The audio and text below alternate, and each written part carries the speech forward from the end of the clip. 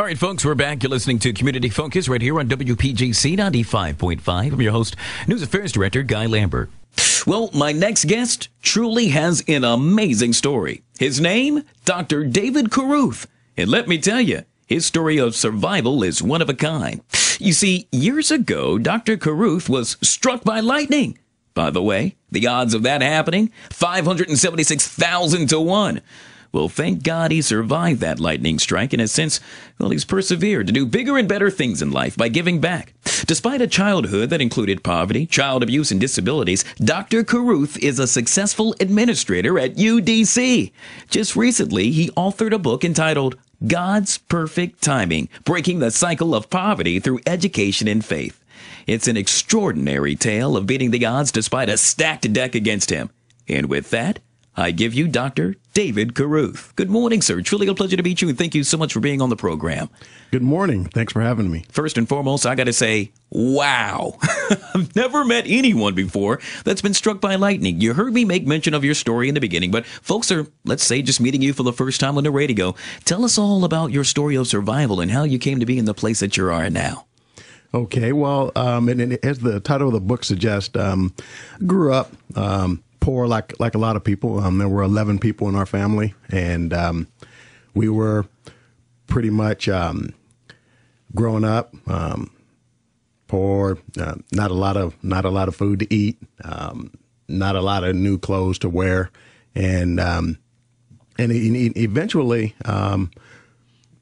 I ended up trying to become a professional athlete, like a lot of young black men do. And unfortunately, you played football, basketball, baseball, and actually, I played football and ran track. Okay. Mm-hmm. And I was going to try to use football as my way out of poverty. Unfortunately, it didn't work out that way for me. Yeah. And, well, it's to my understanding that one day you're out on the football field, you're practicing, and all of a sudden the clouds roll in, the thunder starts to roll in the background, and then it happened. You were struck by lightning. Unbelievable. Tell us about it. Well, we were actually out there practicing, and we went in to let a storm clear. When we came back out, it was blue sky, and the lightning actually came out of the blue. Oh, wow. And at the time, when the bolt struck, it leveled every football player on the field and every coach on the field at the time. But I was the only person that it actually struck. So the actual bolt itself struck you, and to my understanding, it can travel, so it went through your body, hit the ground, and then knocked everybody else out around you? Absolutely. Unbelievable. And you survived, of course, because you're sitting here talking to me. But talk about what happened. Do you remember what happened following that? Do you remember standing up and all of a sudden getting fried by an electricity bolt? Well, actually, it's like what happened was it's like a week before the accident. I had questioned the existence of God because my life had been so bad. I mean, I grew up with dyslexia. I grew up poor. I grew up with a physical disability, and I had walked home from school, and I seen my dad through the fence at the dog track throwing down a handful of losing tickets, and when I got home, there was nothing to eat, and so I'm like, God, this ain't right, I mean, I'm hungry, I'm starving, and so that week, the district, for the first time in the history of our school system, mandated that the coaches go to CPR and mouth-to-mouth training. Oh, wow. And that week, they actually had to use it on me. Can you believe that? And but when it happened really fast, and my life kind of flashed before my eyes, and I was actually dead at that time. Now, let me ask you, not to cut you off, but I know everybody else wants to know as well. When you officially died, do you remember what happened? Did you see God? Did you go to heaven, or did you stand before the pearly gates? What happened? Do you remember anything? Yeah, the thing that I remember, it's like it took like a millisecond, but it's like I saw, like my life flashed before my eyes, and I knew that I was gone. Wow. And at the time I accepted death, and because when I saw my life, I knew that I wasn't going to be playing football again. I knew that my dreams were dashed, and but that just wasn't what happened. God had some other plans for me. And that's when the coaches began to perform CPR on you. And then, of course, well, you're sitting here right in front of me. They were able to revive you. Yeah, and what people don't realize was when I went to the hospital, I was in a coma for 4 days. Oh, wow. And I died 2 more times in the hospital. I mean, just not wanting to live. And I don't think a lot of people realize that when I was in a coma, I gave up on living. And but I knew that I wasn't dead when I was in the coma. Wow. And when I came out of the coma 4 days later, I realized that I had to live my life, and I realized that I had to start over. I couldn't see, I couldn't hear, I couldn't walk.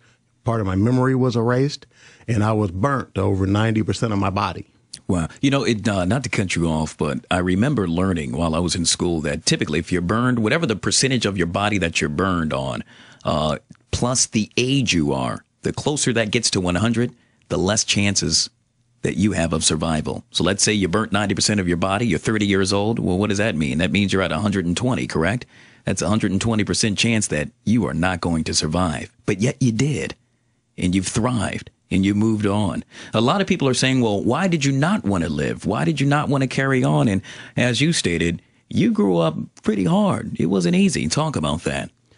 Well, it's like my plan was, you know, I was real close to my mother, and like a lot of athletes, I wanted to, you know, provide a home for her. I wanted to, I knew that she was in an abusive, you know, relationship with my father, and I wanted to provide a home for her and a better life. And when I knew that wasn't going to happen, it really affected me because I was really close to her. And so I decided that I, you know, didn't want to live. And when I came out of it, when I started over at 17 years old. I walked out of that hospital weighing 112 pounds. My football career was over. And basically, I had to rely on the stories that she taught me about the Bible and faith to get me through it. And you have since really, really made her proud. And here's why. Well, not only have you regained all your senses, if you will, to my understanding, correct me if I'm wrong, you can hear again, you can, of course, see, but you've also been able to give back. You've also been able to share your story and help others who are struggling with their everyday lives to really, really see that light at the end of the tunnel. And you've done so by recently writing a book. It's entitled God's Perfect Timing, Breaking the Cycle of Poverty with Education and Faith. I also should mention that you're a doctor. You're a professor at UDC. Well, it's like I've been a college professor at a number of universities. And at UDC, they hired me to build the Office of Institutional Research Assessment and Planning from the ground up. UDC was having some difficulty reporting their operational data.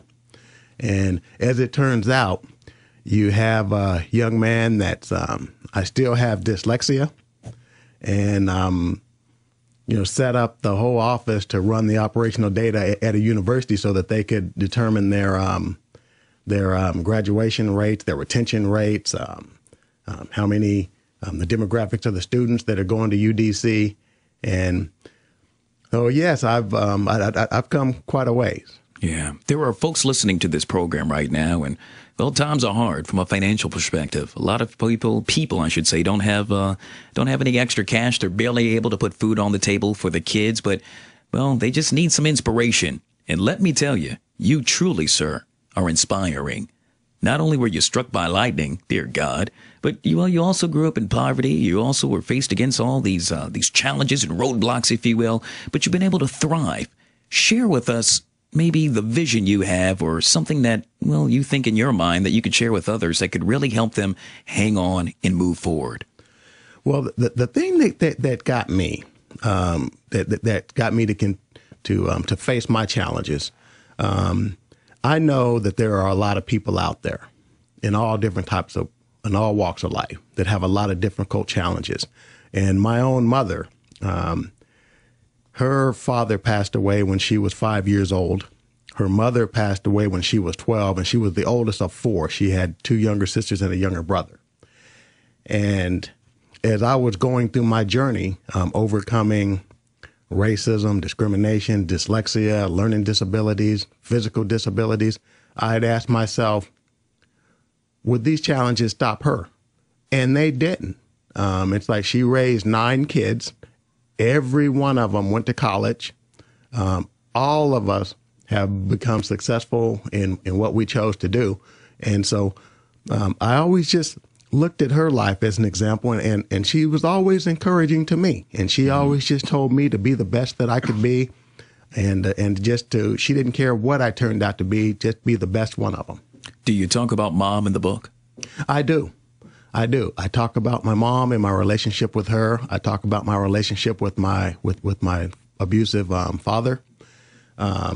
And, you know, I talk about people who came in and out of my life. And it's like when I went to Arizona State, I became friends with Barry Bonds, and we went to school together and talked a lot and hung out. And I talk about some of my other friends that have gone on and overcome similar challenges and have become successful people as well. Yeah. D.C., Maryland, Virginia, I highly recommend you get your hands on the book. Once again, it's entitled God's Perfect Timing, Breaking the Cycle of Poverty with Education and Faith. It's authored by Dr. David Caruth. You can pick it up at Amazon.com, Barnes & Noble. I believe you can also pick it up on your website. What website address is that, sir? My website is www.davidcaruth.com. That's CARUTH.com. And I also do speaking engagements. I have some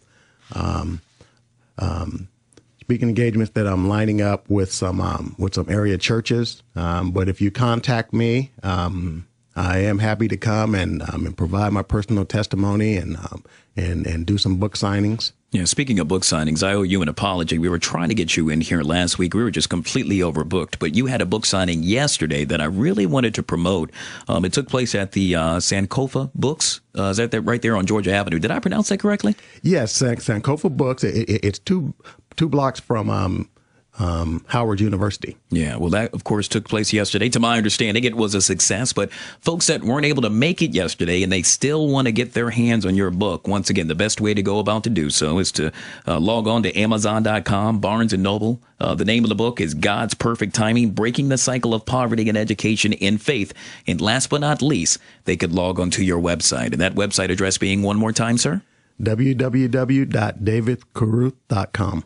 Truly an amazing story. Thank you so much for coming on the program this morning, and thank you for really inspiring so many of us that need to be inspired. You are truly a blessing, sir. Thank you. Yeah, thank you, and thanks for having me. All right, folks, and that will just about wrap up another edition of Community Focus. I'd like to say thank you.